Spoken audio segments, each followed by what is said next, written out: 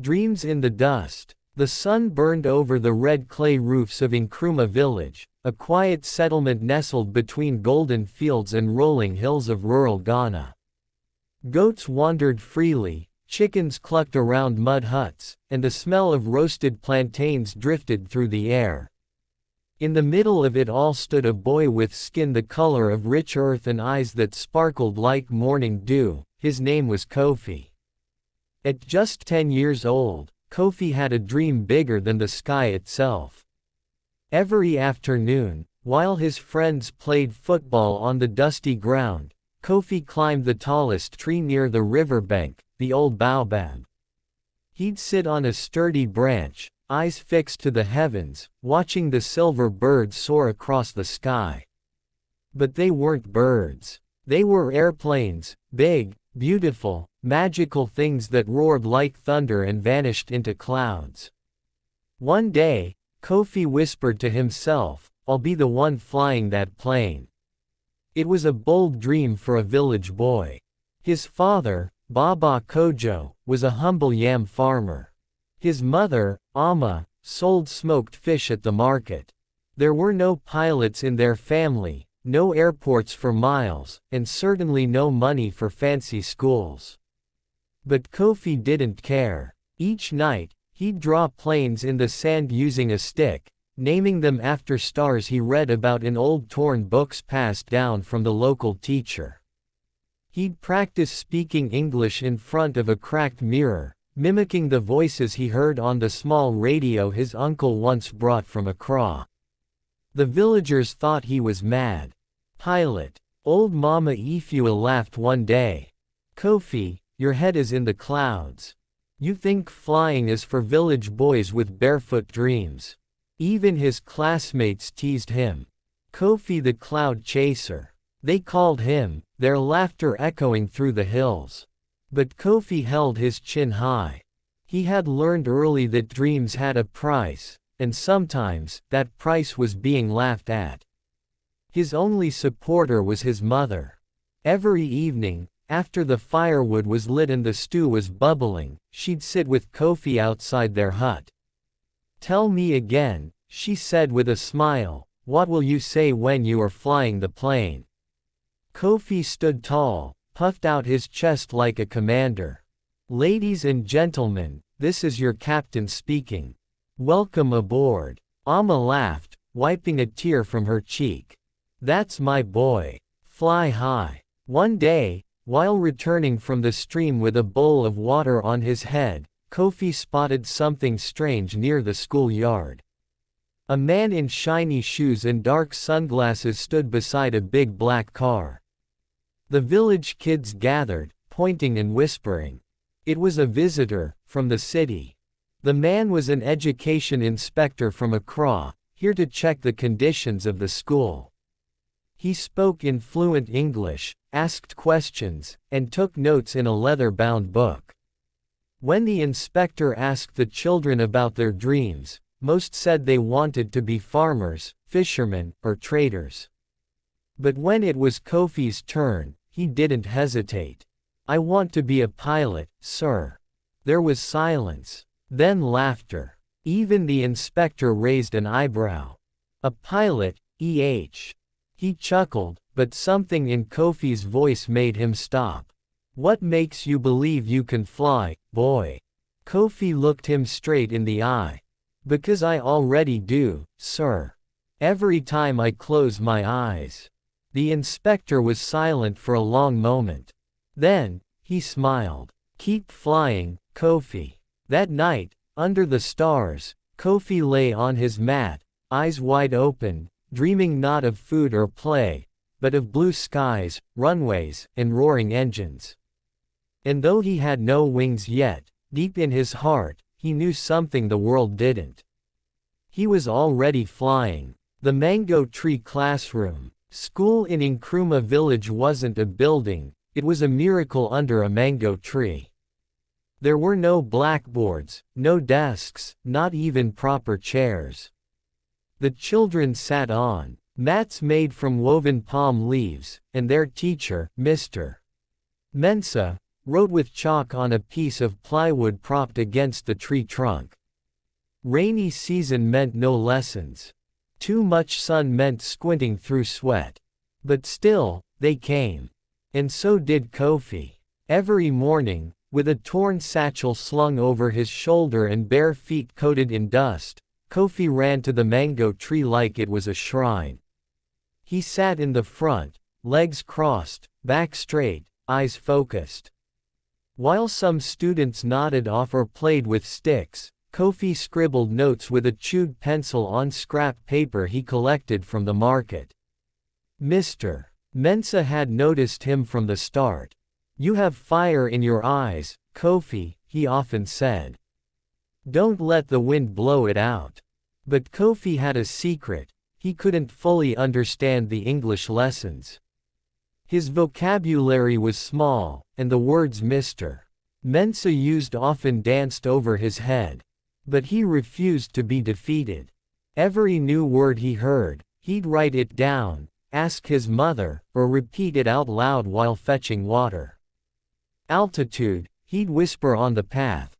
Cockpit. Navigation. The villagers stared. Some shook their heads. This boy talks to himself like a mad goat.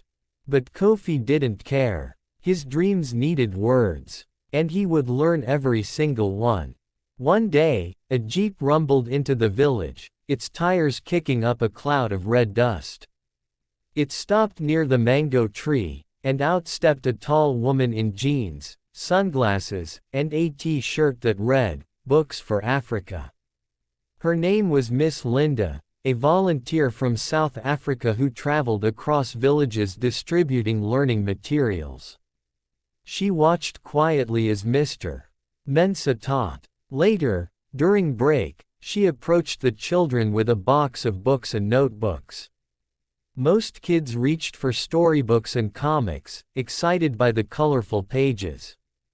But Kofi reached deeper, and pulled out a book that made his breath catch.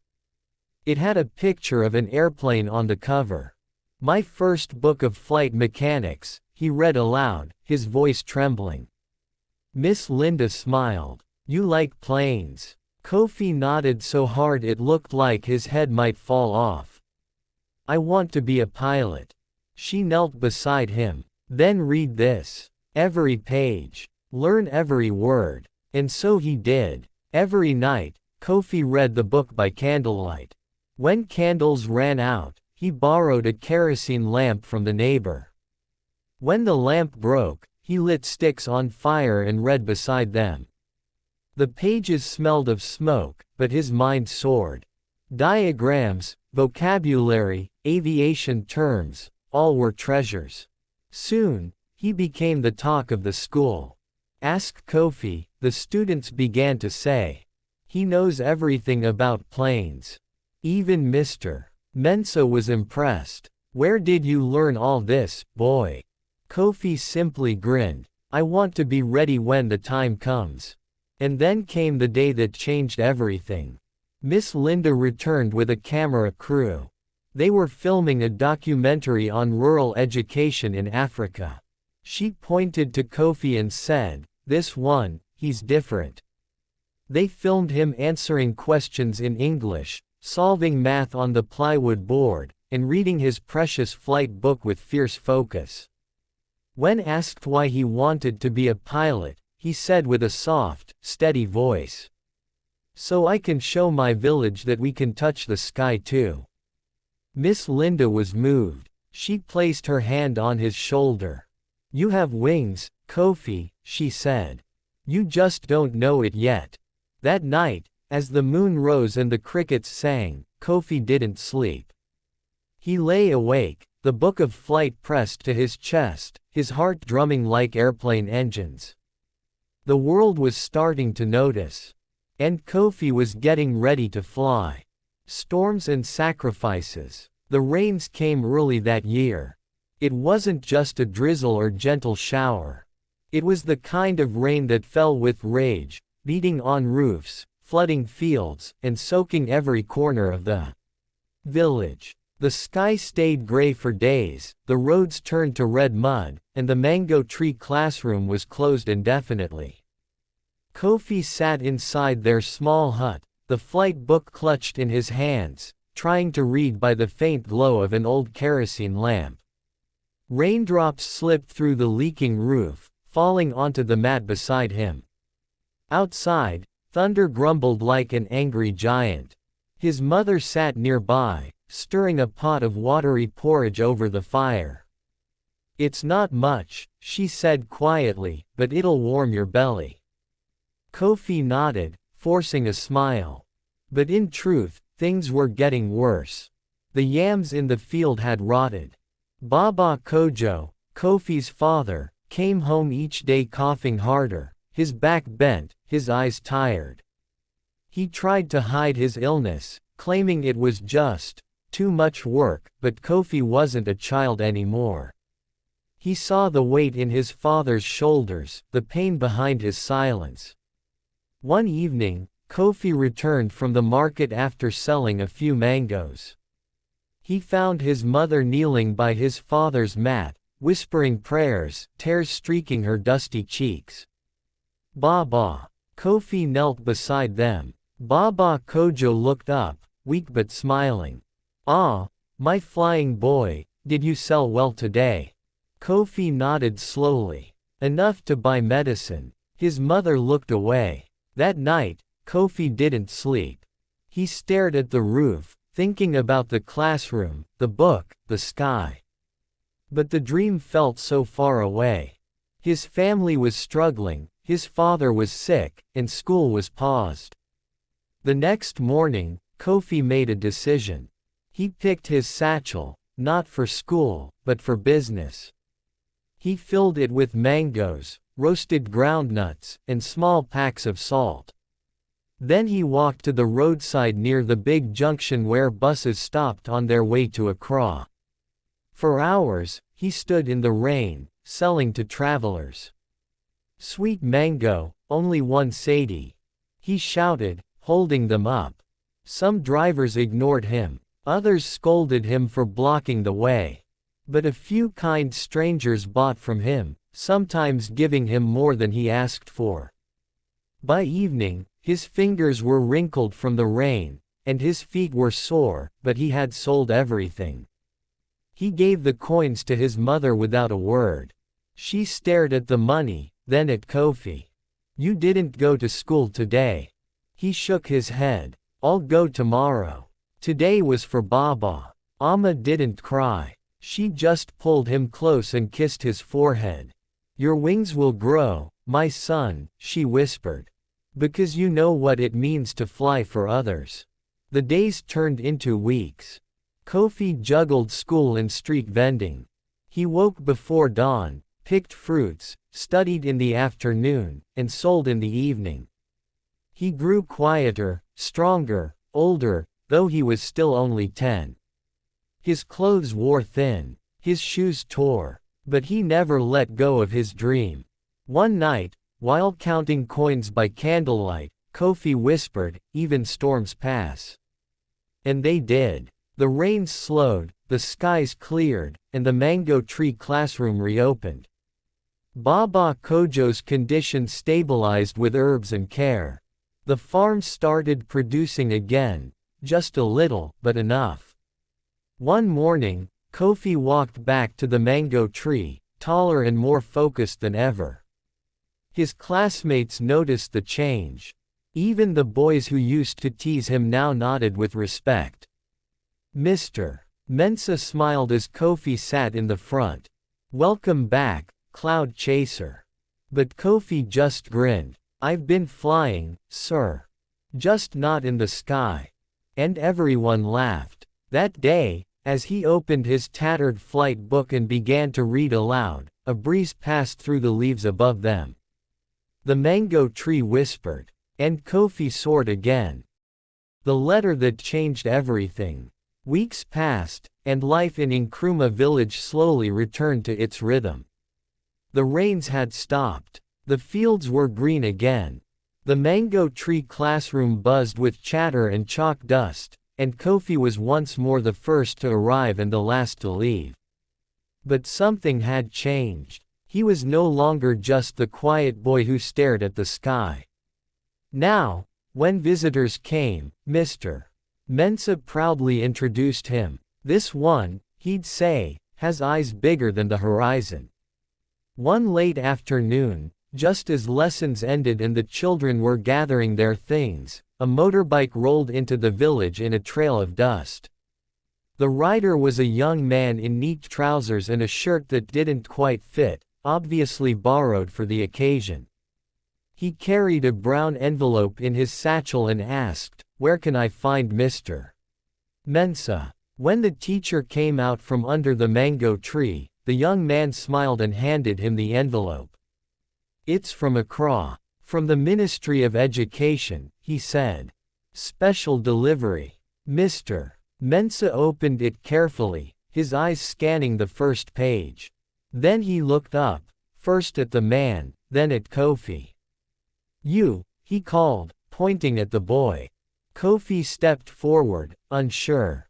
"Come, you have a letter." Kofi blinked. "A letter? For me?" Mr. Mensah handed him the page.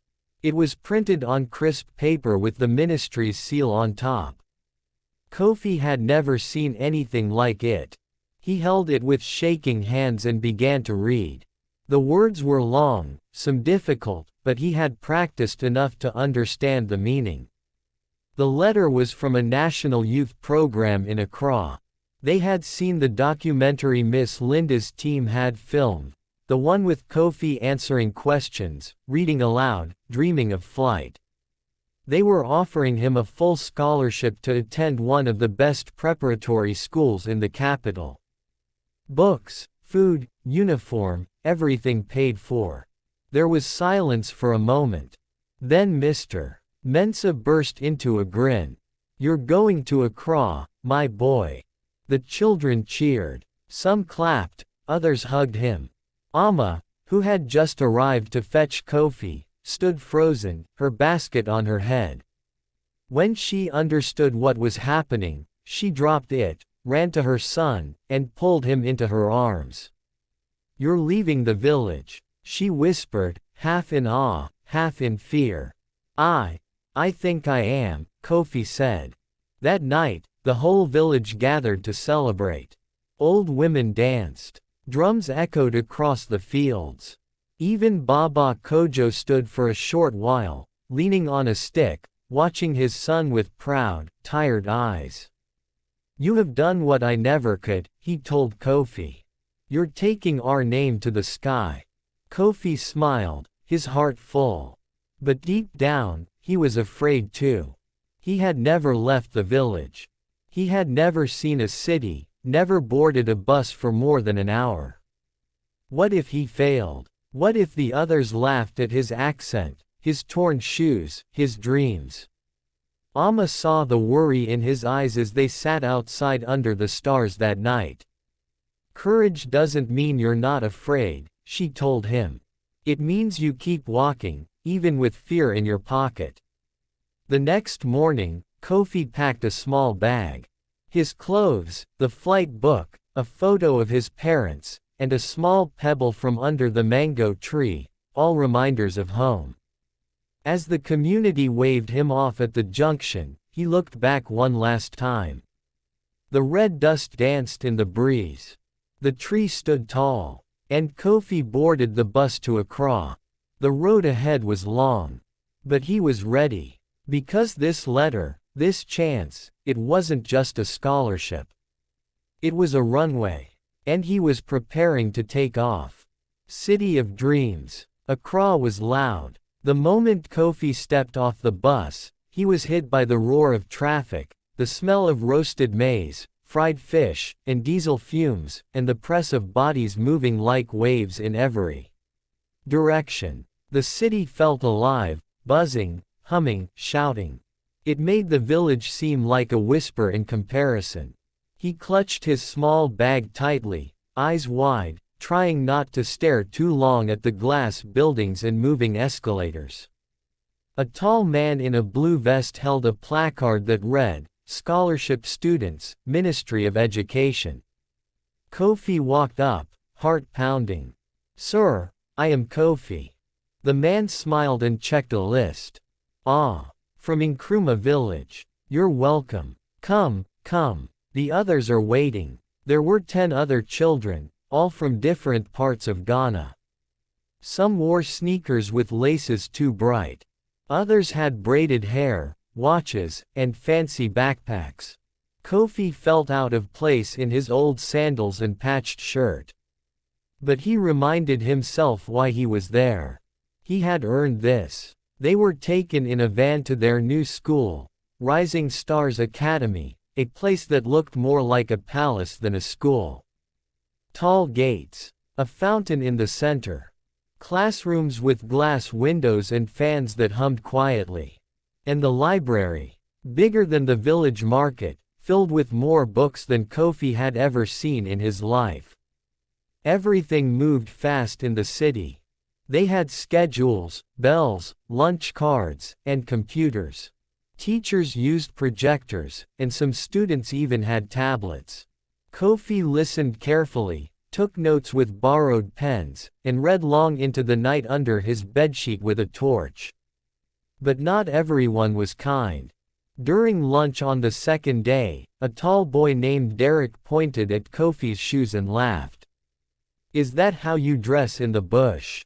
Others giggled. Kofi's ears burned, but he said nothing. He just ate quietly and left early. Later, in the dorm, another boy moved his books, saying, "Don't touch my things, village boy." That night, Kofi lay in bed, staring at the ceiling, wondering if he truly belonged.